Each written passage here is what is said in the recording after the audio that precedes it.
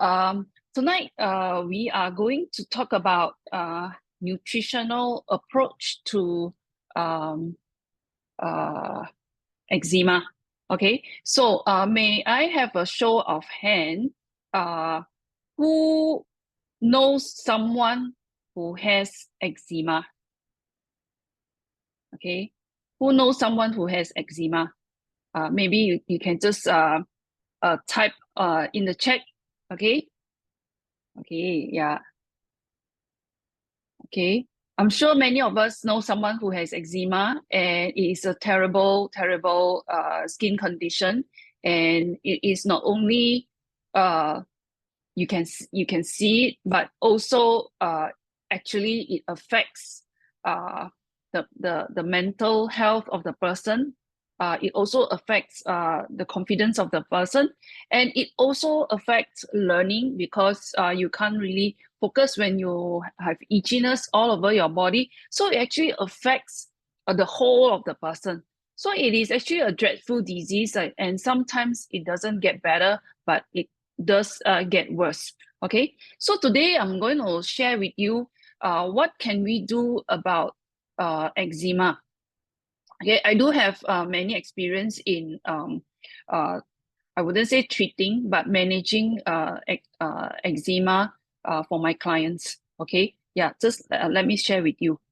Okay, so when we talk about nutritional approach, meaning that we are using nutrition and diet change towards normally we do a customized diet and nutrition plan for our customers to help them achieve their health goals. So when I put nutritional approach, don't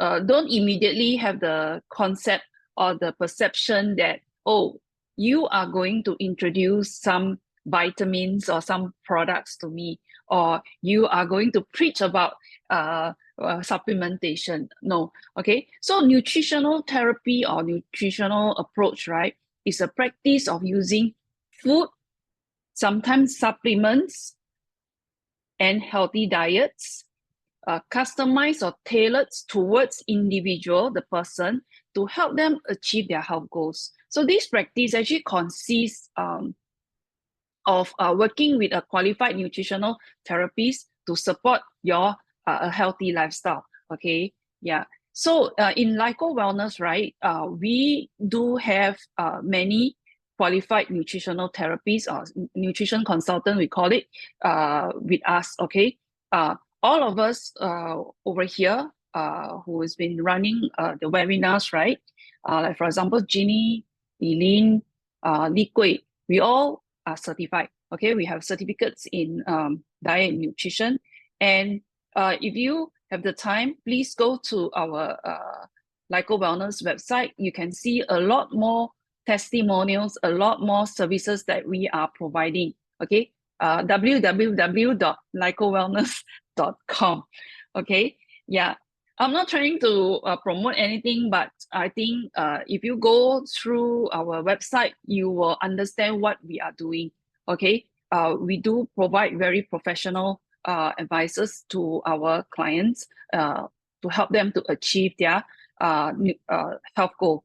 Okay, yeah. So our goal here as a nutrition consultant or nutritionist is actually to find the root cause of the health problems. Okay, and we try to fix it to restore functions to the body rather than suppressing the symptoms using pharmaceuticals. Pharmaceuticals means medicine. If you go and see doctors, right, the doctors will normally use medicine intervention to help you to recover from certain condition. But normally, what the medicine does is, for most of the situation, is trying to suppress the symptoms, and sometimes may not be able to help you to even, may not be able to cure your condition. Okay, for example, eczema. Okay, a lot of time what the doctor, the intervention that the doctor use are normally topical cream, like steroid cream, to help you to reduce the inflammation on the skin, and they'll probably, if let's say it is still not well controlled, they'll probably use some stronger medicine like steroid, what we call it oral steroid, meaning that you take in the medicine in order to help you control the outspread of the eczema condition. So all of these actually does not really settle or cure the root cause. But what it does is just to, like, you have a fire in your house, right? You have a fire in your house, and you are just trying to spray water on the fire to curb the fire.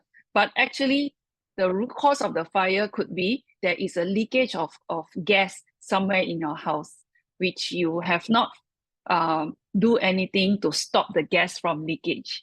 So this is what happened. But I'm not saying that doctor's intervention is wrong. I'm not saying that. I'm not saying that they are no good, but I'm saying that there are other ways that can complement your doctor's diagnosis, your doctor's intervention. They can sometimes help you to recover fully from eczema. Okay. So, what is eczema? There are many types of what do you call that? Condition, skin condition. And for eczema, it can be called atopic dermatitis or AD. Okay. So the most common type of, there are many types of eczema. The most common type of eczema is results from an overactive immune system. Okay, that causes the skin barrier to become dry and itchy. Okay, so it is not underactive. A lot of people say that it's because your immune system is no good, that's why you have skin condition. It's not, yeah. It's actually overactive immune system. Okay, and eczema is a disease of the skin barrier dysfunction. Skin, as we know it, okay, there is a barrier, which is the surface, and dysfunction, meaning that it is not functioning what it should have been, okay? And it is also a disease of inflammation, 发炎. I think if you have been with us for some time, right, we have been talking about inflammation over and over again. And inflammation is the root cause of many of the diseases nowadays. It's not so much about viral infection and all that, but it's more your body is experiencing a lot of inflammation. So many people with eczema, they often also have other symptoms of, like for example, they have hay fever, they have allergic asthma and food allergies, meaning that people who has skin eczema, right, at the same time, they also have other allergic issues. For example, they have hay fever. Hay fever, a lot of time is due to some allergy from pollens, okay? They may also have asthma. They may also have other food allergies. A lot of my friends who has eczema, some of them are their kids, right? They also have some other allergy issues. So this is what we call, in English, we call it polysensitized, meaning that they are very sensitive. In Chinese, especially for 中医, the TCM doctors, right, they call it 敏感体质. So this kind of body type, right, they tend to experience many other types of allergy as well, okay? Yeah. So this is Singapore's National Skin Center, okay? And of course, they found out, this is in 2024, so June only, this report. Their statistic shows that in Singapore, 1 in 5 children and 1 in 10 adults has eczema. This is how serious it is. Okay, if you go to some primary school, I saw many kids with eczema. They are so poor thing, they scratch all over and they have bleeding, bleed out from their skin. I really pity them. I don't know how they are going to study like that. Okay, and that will affect their study. They can't even play because if they sweat, they will have stinging, you know, it's very painful. Some of the skin just crack like that. Yeah, so it is a very serious disease, I would say, and that affects every aspect of your life. Okay, so according to this report, right, there is no single cause of eczema. It occurs due to a deficiency in skin barrier function, like what I said just now, and an overactive immune system. So genetic and environmental factors and gut microbiome. If you don't know what is gut microbiome, I will explain to you in a short while, but it is so important. It is the bacteria in our gut. The bacteria in our gut, they have the good one and the bad one.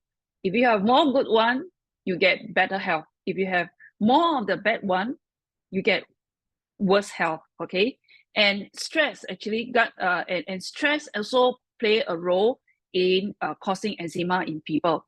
Okay, so people with the disease have a higher chance of developing allergic conditions, other allergic conditions such as food allergies, asthma, and rhinitis. Okay, the 鼻子敏感, okay, rhinitis. Okay, so at the moment, they realize that genetic studies only reveal that the genetic factors can only explain 20 to 30% of the risk of atopic dermatitis, which is eczema. So what are the other causes of eczema? Okay, before that, let us just take a look at the type of or the conditions of eczema. So if you see from the picture here, you know, the eczema appears on the face, yeah, as patches, some on the hand, some at the fold of their arms, some at the back of their legs. Normally, it's all at the joints. Yeah, it appears mostly on the joints at first. Okay, and a lot of people actually mixed up psoriasis to eczema because both of them look so much alike. I show you, right?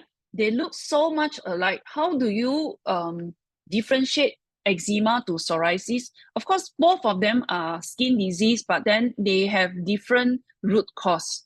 Okay, that's why you need to differentiate first before you diagnose wrongly or use a wrong treatment. Yeah, wrong treatment. Okay, a lot of people thought that they have eczema, but actually they have psoriasis. Psoriasis, we don't spell the P. It's called psoriasis. So eczema normally it is like the wet type, right? The wet type, and the psoriasis is the dry type, and you always see the skin peeling a lot. Okay, yeah, let me show you. So what is psoriasis? Okay, psoriasis is a chronic lifelong skin disease. What is the difference between psoriasis and eczema? Eczema is condition. The condition can be sometimes it comes, sometimes it go away. We call it flare up. Okay, it is transient, meaning that sometimes it's okay, sometimes it's not. But psoriasis is a long-term problem, and it can be genetic, and it is most of the time autoimmune. And for eczema, it is triggered by environmental factors, food allergies. There are triggers for eczema, but for psoriasis, there is no trigger, but it comes from your own immune system, right? That's why psoriasis become a lifelong skin disease. Okay, and it's more common in adults. Psoriasis is more common in adults, whereas eczema is more common in very young children, like infants, babies, and children. Okay, so psoriasis is categorized by thick silvery scales. Silvery scales, why? Because the skin thicken up and then becomes dry and flaky. So it looks like 鱼鳞, like the fish scale. Okay, whereas the eczema is red and inflamed skin. Yeah, so if you have some skin condition on you, maybe you just take a look. You ask yourself whether are you a psoriasis or are you an eczema. Nutrition point of view, the treatment, the nutrition therapy are almost the same, but for eczema, it is easier to manage because there are environmental factors that can aggravate it. As long as you remove the environmental factor, for example, I have a client, the baby actually, the eczema is due to the food, okay? If the baby takes something with nuts or something with the egg yolk, the face, the cheek will start to inflame, okay? The eczema will appear, will flare up, okay? But if let's say you don't feed the baby with this food, the eczema goes away, okay? But if let's say you have psoriasis, whether you eat whatever food, it does not really matter because the skin problem is there, okay? So that's the difference, okay? Right, I hope you understand the difference now. Okay, so what causes eczema? Okay, one of the cause is genetics. Okay, if you or your spouse or your husband or your wife, you know, if the parent have one of them have eczema or any kind of allergy, you have a higher chance of having a baby with eczema or skin allergies, okay? And how do we know that? Normally, 60% of eczema, if it's due to genetics, right? Mostly 60% of eczema actually appears during the first year of life, okay? First year already, you will see this. One case study is that one of my clients, okay, her baby started to develop eczema only after 6 months old. So after I asked her furthermore, just realized that why the baby after 6 months then get eczema is because after 6 months, the first 6 months you feed the baby with breast milk or formula milk.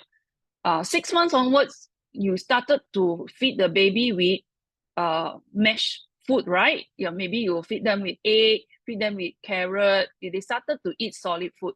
That's when the food triggers the eczema, okay? That's when the food triggers the eczema. That's why eczema normally occurs in young children and psoriasis in adults, okay? So after she sent her baby for skin prick test, meaning that they will use different food, right? And then with the needle, then they will do a skin prick test. And then it has shown that the baby was allergic to milk, wheat, which is also gluten, peanuts, egg yolk.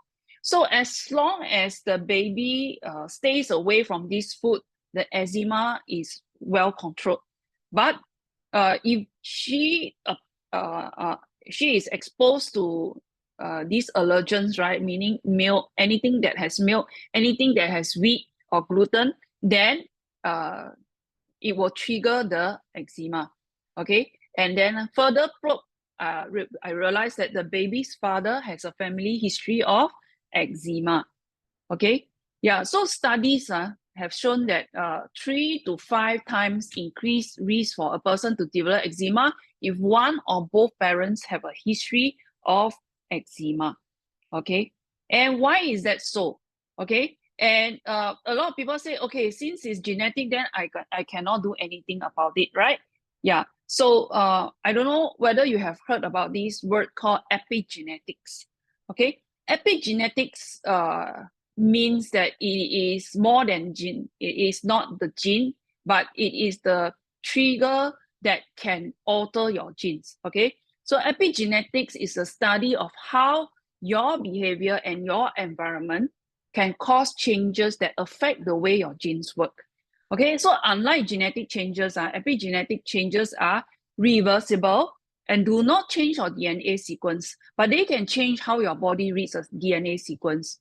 Okay, for example, although a baby may have inherited a damaged copy of a gene from his father or mother, it may have been the antibiotics he received at birth that changed the way his gene were expressed and started the eczema process.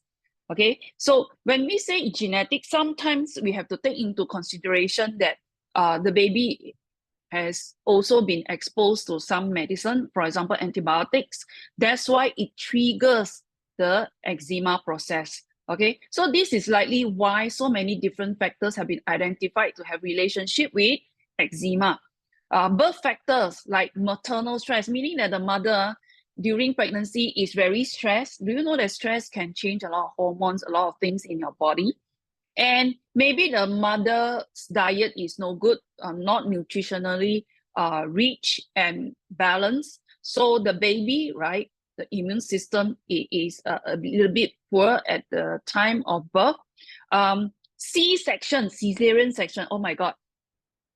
C-sections affects the health of your baby.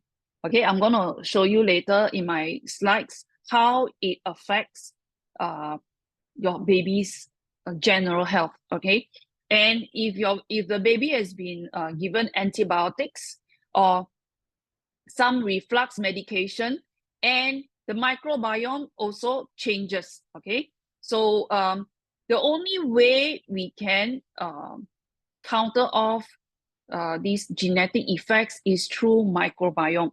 Microbiome is the bacteria that lives in our body, especially in our colon, inside our colon. They are more than our blood cells, our human cells. Okay, they actually populate all over our body, and they can change. They are the epigenetics.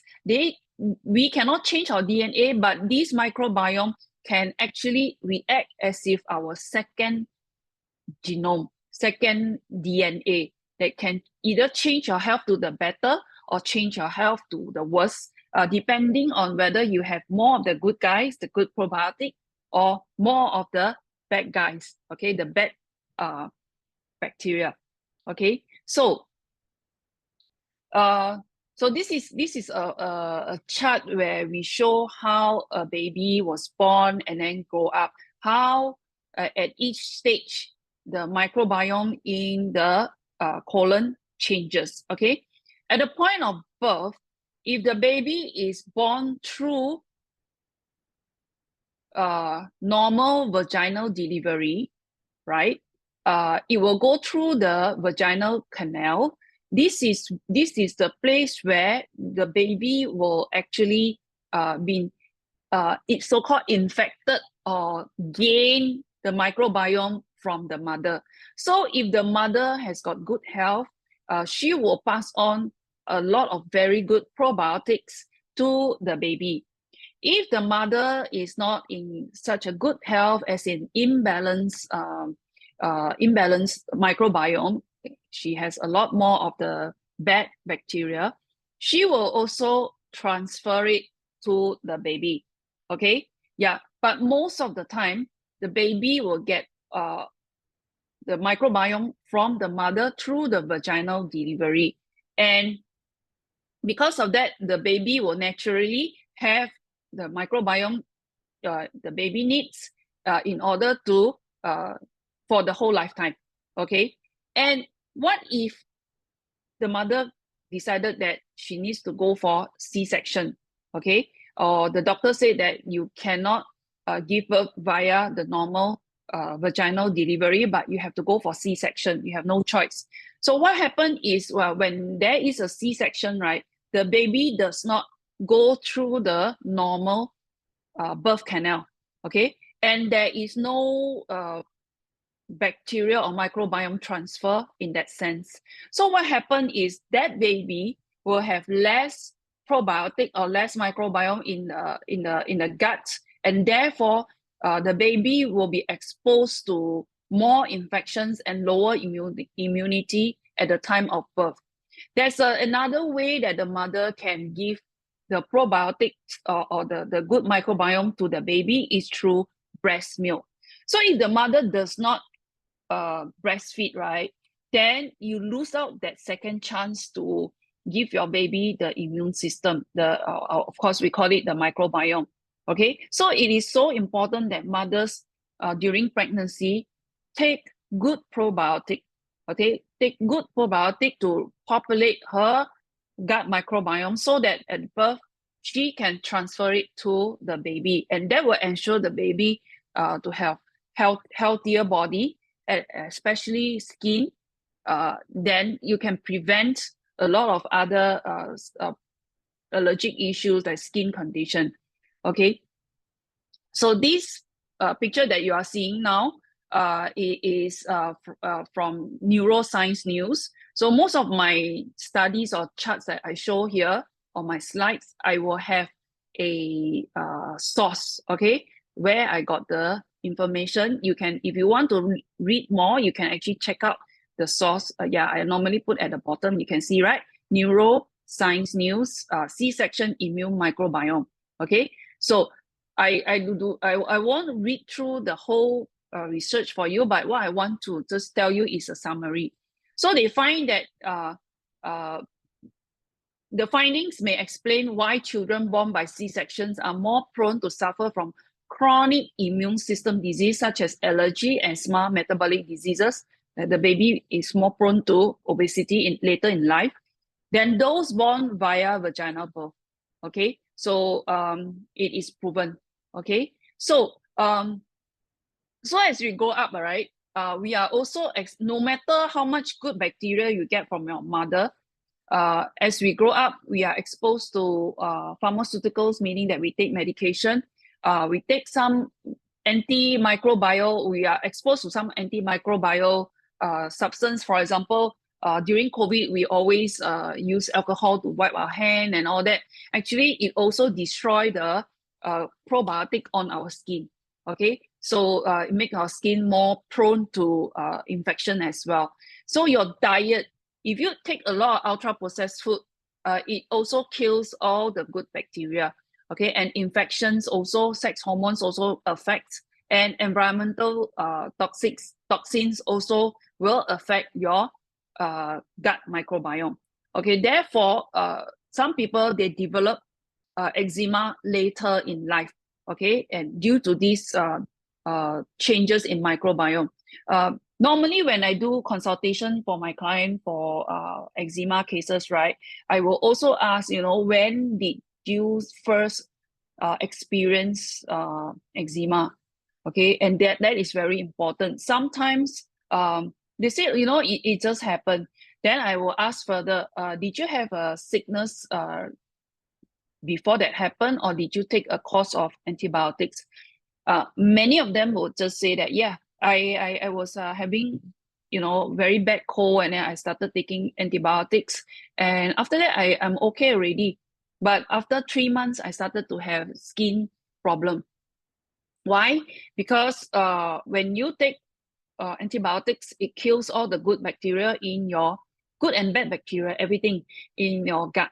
And because of that, it causes your gut microbiome to become imbalanced, and that gives chance to skin issues. Okay, and it can develop into eczema because of your poor immune. Okay, yeah. So what are the factors that trigger dermatitis and eczema? Okay, first of all, it is chemical irritants. For example, the soap that you are using, the lotion you are using, they may have harsh chemicals, and that can actually break the skin barrier, the protection on your skin. Do you know that we have a lot of probiotics on our skin, and our skin is supposed to be pH 5.5, is slightly acidic. So if you're using those very harsh detergent, right, or hand soap, it will actually wipe off all the natural acidity on your skin. Okay, and it becomes too alkaline. That is where you know, a lot of germs, viruses can actually penetrate to your skin and makes the skin barrier become not functioning well. We call it dysfunction, and that's the beginning. That could be the beginning of eczema. Okay, yeah. So it can also include some reactions to pharmaceutical medication as well. Okay. Secondly is environmental allergens such as dust mite. Dust mite is not dust. Okay, it is a kind of germs. Not germs. Sorry, it is不是细菌. Insect. Okay, dust mites. Okay, and they like to eat our skin. They eat our skin as their food. Okay, so normally they hide on our bed, our pillow, and sofa. Okay, yeah. So pets also sometimes will have allergens. And then pollen. Pollen are the powdery seeds from flowers. Okay, weeds and mold. Okay, yeah. So sometimes very hot or very cold temperatures also trigger eczema. Do you realize or not? Yeah. So that's why sometimes when it's very hot, children with eczema, they tend to start feeling the itch and then start scratching. And because of the overstretching, the skin break and then it becomes inflamed and it becomes worse. Okay. So most of the children with eczema, they stay in aircon room, they are pretty okay. They cannot go under the sun. Okay. It's too hot. If they start sweating, they become itchy and it triggers their eczema. Okay. Yeah. Mental and emotional stress can trigger eczema. One of my friend, he is adult already, but because of the changes in his job, he started to feel a lot of stress, and that translate into eczema without him knowing it. He thought that it's just maybe he got insect bite, maybe has got some bugs on the chair that he sat on, but it is not. It is due to stress at work, and that causes inflammation in the body. Okay, so stress is not just a feeling. Stress is chemical changes in your body, hormone changes in your body that will suppress your immune system and cause a lot of inflammation in your body, including your internal blood vessels and your skin. Okay, yeah. And then what other things that will trigger eczema is food sensitivities. Okay, why? Because certain food that if you're allergic to the food, it will show on your skin. And another problem is leaky gut syndrome. What is leaky gut syndrome? I will talk about it in a later slide because it is so important and many people have this problem. Leaky gut doesn't mean that your food leak out from the gut into your blood, but it is something like that. Okay, yeah, the wall of your colon has got a lot of tiny gaps that allows a lot of toxins, bacteria, or food substance that go into your blood, and your immune cell thought that, oh, those particles are actually enemies. They are virus. They are bacteria. So I need to attack them. So in that attack, right? It becomes eczema. It becomes attack on your skin and becomes inflamed. It becomes eczema. Okay, so hormonal changes will also trigger eczema. For example, ladies in their menopausal years, right, tend to have more skin problem. The skin becomes more fragile, thinner, and even drier. So this is a time where you see a lot of changes on your hormones, and that may trigger eczema as well. The last one will be microbial overgrowth, meaning that an overgrowth of gut microbes put a stress load on the body that triggers inflammation. The microbial overgrowth is actually the bad bacteria in your colon overgrow. So that will create a lot of stress load, meaning a lot of toxins in your body, in your colon, and that will trigger inflammation. So in nutrition therapy, right, we take a holistic approach in treating eczema. So this is what we always do, okay, which is elimination. 去邪, we must get rid of the bad things first, and then we must enhance healing by doing the right thing. Okay, that's why we call supplementation. Supplementation here is not the supplements, are not vitamin, but we want to add on, okay, to help with the healing of your skin, your health condition. Okay, so in treating eczema, we want to remove, what we want to remove is actually the triggers. I've shown you the triggers just now, right? So what we want to remove is actually the triggers. And then after we remove the triggers, we want to enhance healing. We want to heal what? We want to heal the skin. Normally, eczema means that there's a lot of inflammation, there's a lot of broken skin. So how do we help the skin to heal? In Western medicine, they will use steroid to bring down the inflammation, but ultimately it is you yourself that will heal your own skin. It's just like when you have a cut on your hand, right? When you have a cut on your hand and then you have bleeding and all that, then your skin has a cut. How do you heal that cut? Okay. Normally what you do is you put a plaster, okay, on that wound, right? You put a plaster on that wound. So what does that plaster you do to your wound? Will the plaster help you to grow flesh, grow skin on your wound? Yes? No? You can reply on the chat group. Does the plaster help you to grow your skin? What does the plaster do when you cover the plaster on your skin?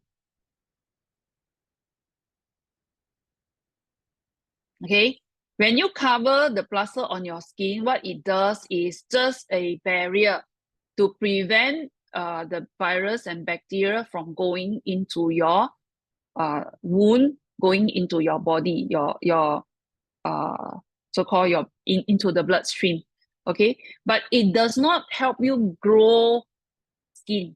Okay, you yourself will require the raw material like protein, like collagen, like vitamin C to help you to grow the skin. But mostly it's protein that helps you grow back the wounded skin. Okay, yeah. So that's why we want to help your skin to heal, to grow, right? So, and because there are a lot of inflammation due to the eczema, we also want to reduce the inflammation. It's like your skin is on fire, okay? So whatever, if I don't put off the fire, whatever you do is wasted. Whatever collagen you put on your skin is wasted because the fire will destroy it. So at the same time of skin healing, I need to bring down the inflammation.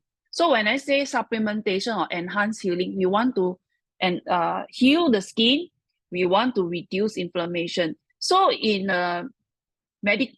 Western doctors' approach, right, they just give you steroid cream, okay? Normally, they can't do anything else, okay? And thirdly, we want to regulate the immune. How do we regulate the immune so that your body does not become so sensitive? Like, cannot be every time you eat something, like for example, some prawn and all that, then you start to have eczema. Okay, that is not that will affect your life in long term, right? So we also hope to regulate the immune so that your body is not so sensitive to all of these triggers. I think that is what we want. We want it to go back to the normal person's sensitivity, not oversensitive. Okay, so this is what we want to do. So how are we going to do that? Okay, so first of all, we want to talk about elimination. Okay, which means removing triggers. In all kinds of diseases, chronic disease especially, when we come to nutritional approach, right, nutrition therapy, we always require our clients to like control diet, like cut off certain food or cut off certain activities that will trigger. Because if you continue to do what is harmful to your body, your healing will be affected. Okay, you cannot be like at the same time giving yourself everything that it needs, but at the same time you are also giving yourself a lot of poison. Yeah. In the end, you will not be able to achieve that kind of a cure or healing that you want. So we have to be very realistic. We have to be, reasonable. I would say reasonable. There is no, no pain, no gain, I would say. Yeah. So you have to eliminate certain triggers. The first trigger is actually ultra processed food. Okay. What are ultra processed food? Any food that has expiry date, they are called ultra processed food. Yeah. They come in packet. Okay, they have expiry date. Most of the time, they will have color. They added color, added chemicals to make it nicer, added flavor enhancers, preservatives. All of these not only destroy your gut microbiome, it also add on to the toxic load that your body need to process. Already you are trying to heal yourself. If you continue to give yourself a lot of toxic load, right? It has no time for healing. It only have time to detoxify. So not enough nutrient to go and do healing. Can you understand that? Yeah. So in order to heal, right, you need all the resources, all the good resources from your body to go and heal what it needs to be healed. And less energy is spent to try to detoxify the toxins that you are eating. I hope you understand what I try to say. Okay. Secondly is the chemical irritants. The cleaning products you use at home matters. Okay. A lot of people say, oh, it's okay. I have a helper at home. I just buy cheap, but strong cleaning products for my helper to use to clean the toilet, clean the kitchen, everywhere. For example, using Clorox bleach. Okay, of course, it can clean very well, can kill germs, but who is going to use the toilet? Who is going to sit on the toilet bowl most of the time? Who is going to bathe, with naked, not say naked, not wearing shoes when you walk into your shower cubicle, and if the floor has got those chemical irritants, who is going to be affected? You and your children, your family members, right? So nowadays, eco-friendly products are not so expensive at all, and they are healthier. And all of these chemical irritants, a lot of time is odorless, yeah, no smell. Sometimes got strong smell, at least you know, but most of the time it has no smell, no color, nothing, but it affects your lung, it affects your skin. You try putting Clorox bleach on your skin. Do you feel burning? Yes, right? And if let's say you don't do anything to your skin, very soon your skin will become reddened, swollen, and starts to peel, and it can become eczema. If it doesn't heal properly, it can go on and on. Yeah, because the skin barrier is broken.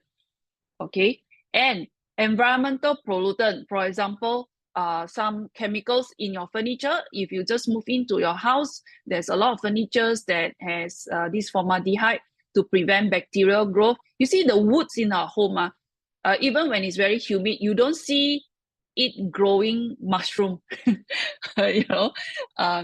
or mold. Why? Because all these woods has been treated, all these furnitures have been treated with formaldehydes. Okay, 防腐剂. Okay, and this is actually harmful for our skin and our lung. Okay, and smoking. Okay, if I know many of us don't smoke, but then if your neighbor smoke, like my house here, if your neighbor smoke, the smoke fly into your house is as good as you smoking also. Okay, and that is bad.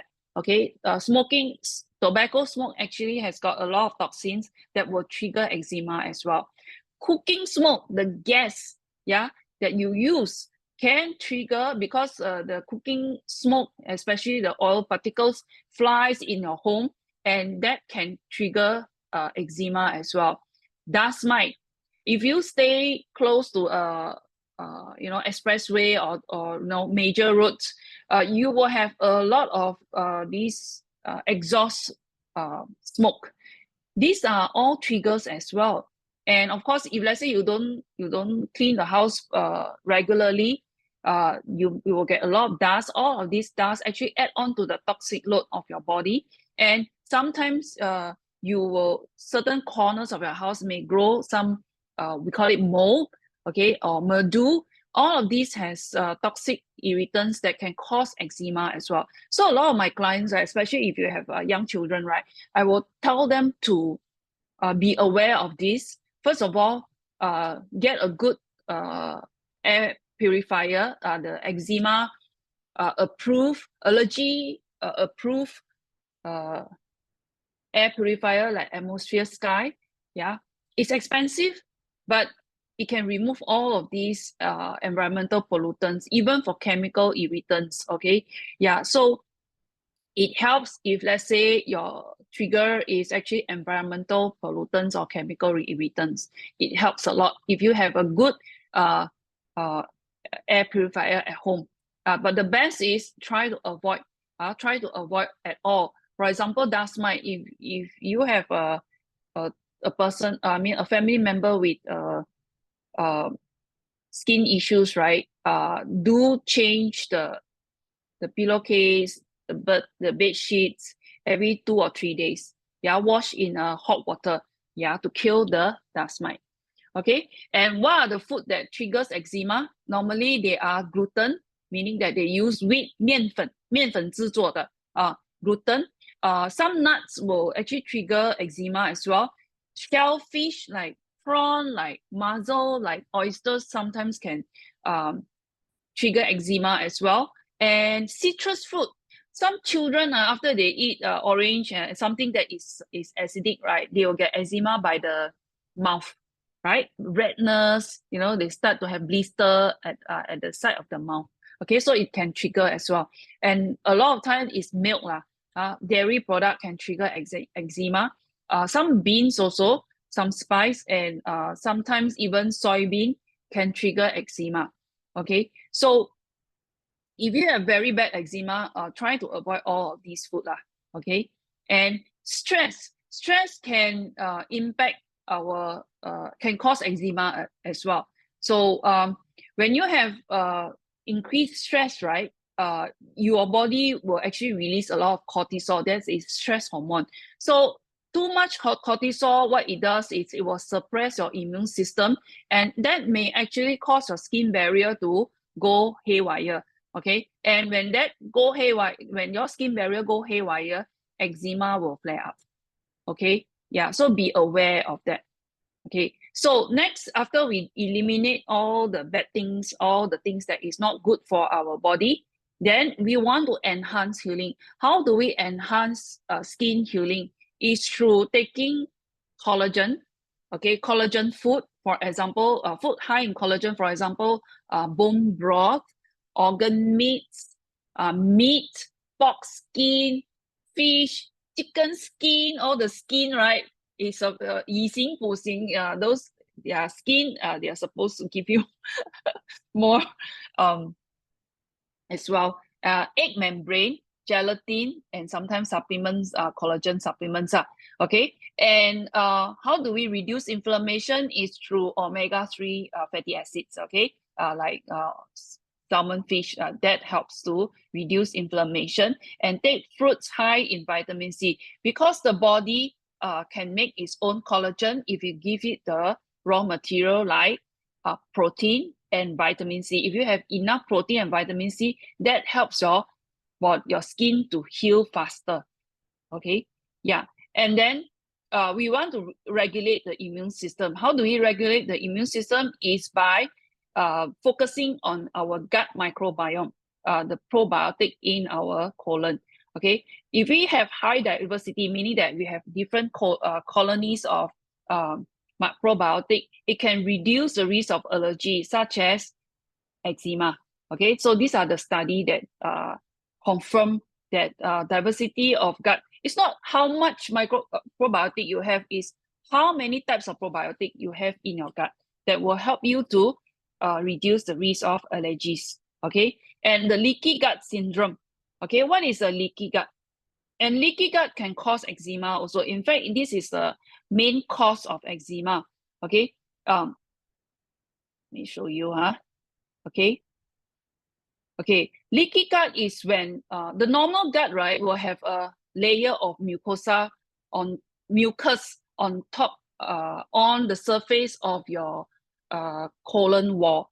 Okay, and then there will be a lot of probiotics living on that mucus layer. If, let's say, you have a lot of bad bacteria on that mucus level, it will start to break down the mucus layer. And once the mucus layer is broken down or become thin, right, it cannot keep the colon wall intact. So there will be gaps in between the colon walls. So that will actually causes more particles to go through the colon walls into our bloodstream, and our immune system will react to this. We call it the foreign bodies, or we call it the external, attackers. Yeah, so our immune system will go and attack all of these, and that will cause inflammation in our bloodstream, and that will actually cause problem to our skin as well. Okay, so that is leaky gut syndrome.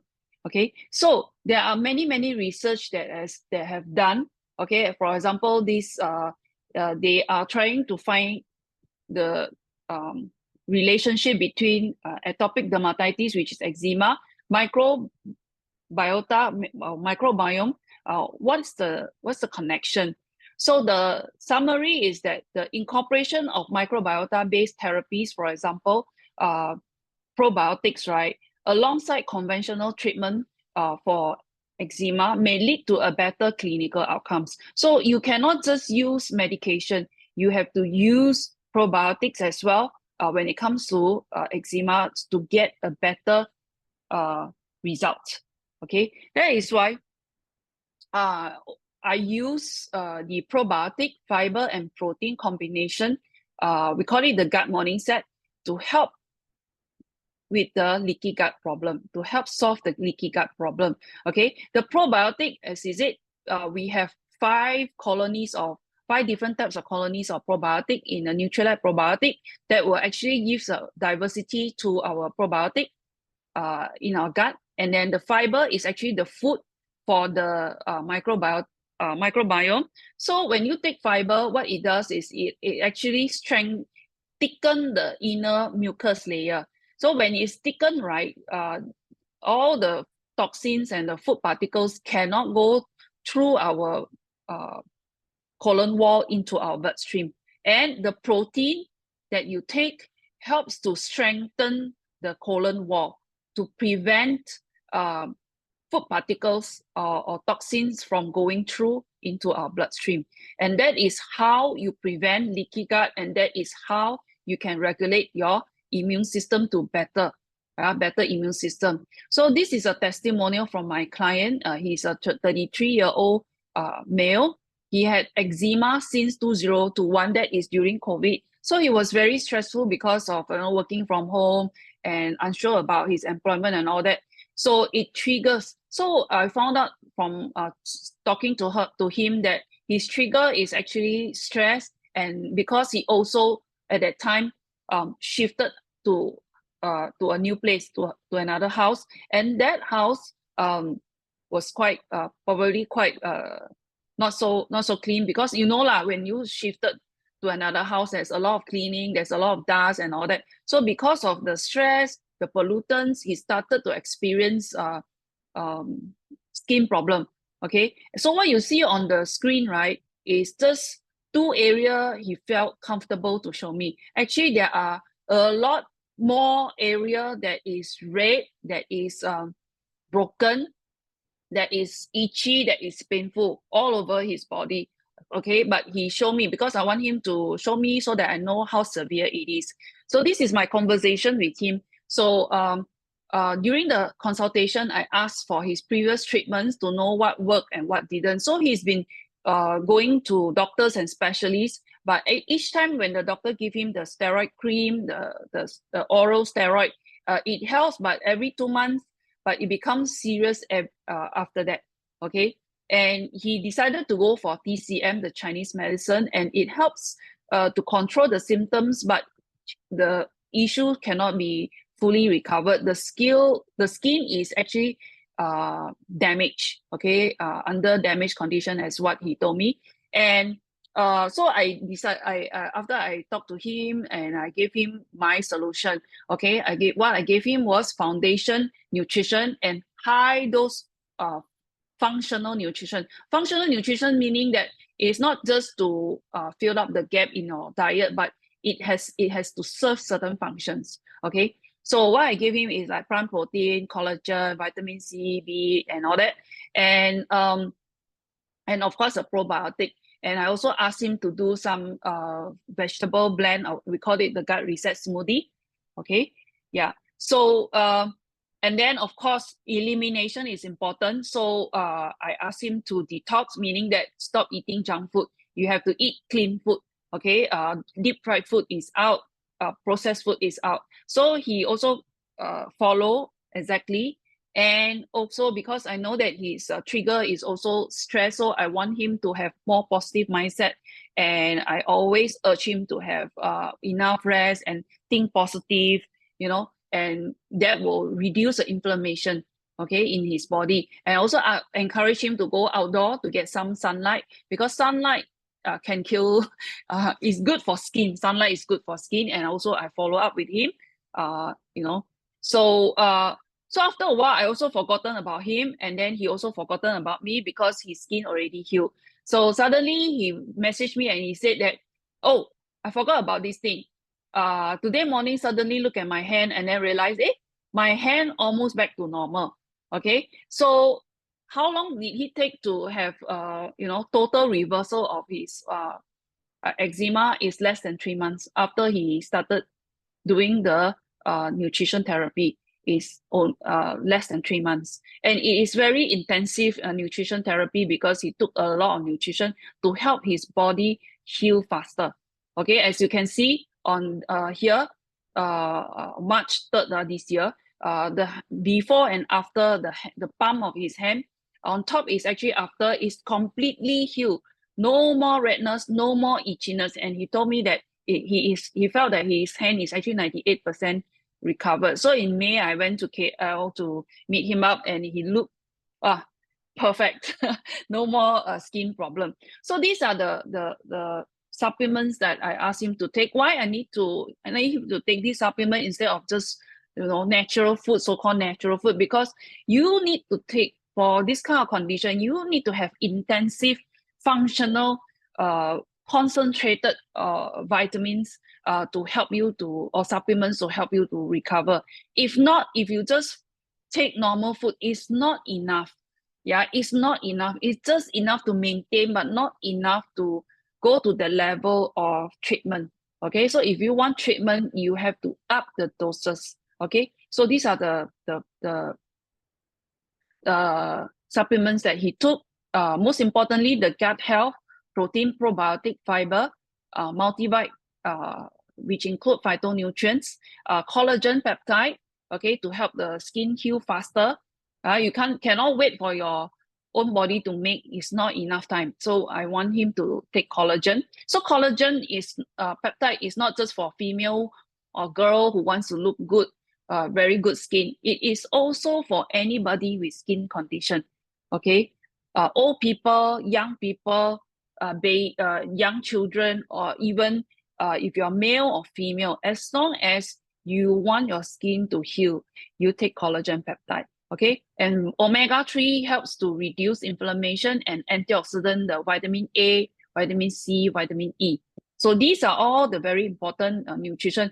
It's actually very a lot. There's a lot, I know, but in just 3 months, can you see the difference? Okay, some people already suffer for so many years. Especially I see those children. I felt so, I empathy them, you know, like empathize them, because it is such a horrible, terrible skin condition, so painful, cannot sleep at night, you know, cannot learn properly, cannot have friends, you know, cannot play with your friends. It is so, it will affect your social life as well. As you go up, the kids is very greatly affected. So if there is a chance of, you know, I wouldn't say like completely heal, but at least does not get triggered easily, I think that is very good already.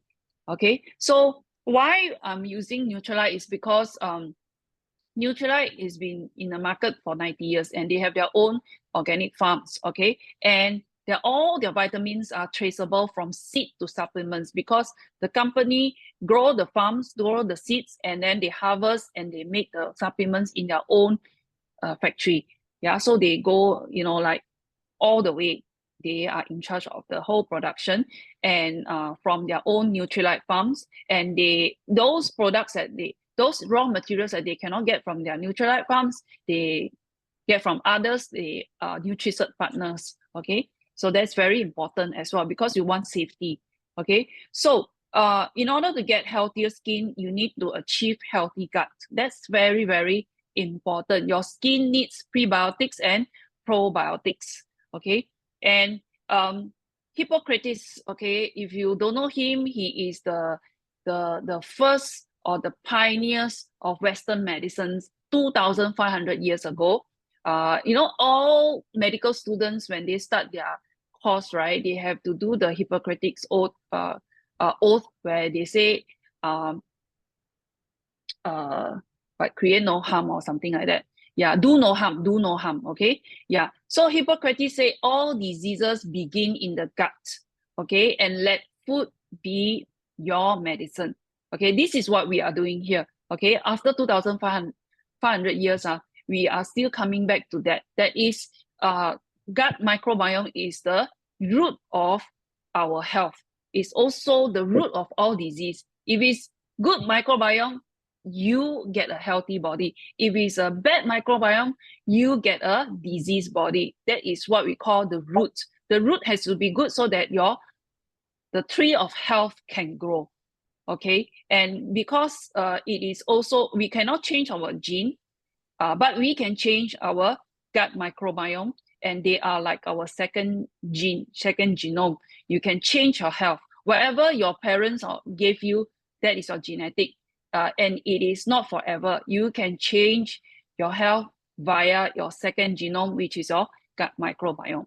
Okay, so with that, I end my presentation. If you have any question, please, you can ask me now. Okay, so those on Facebook, you can also ask your questions. If I don't see now, I will try to answer your questions afterwards.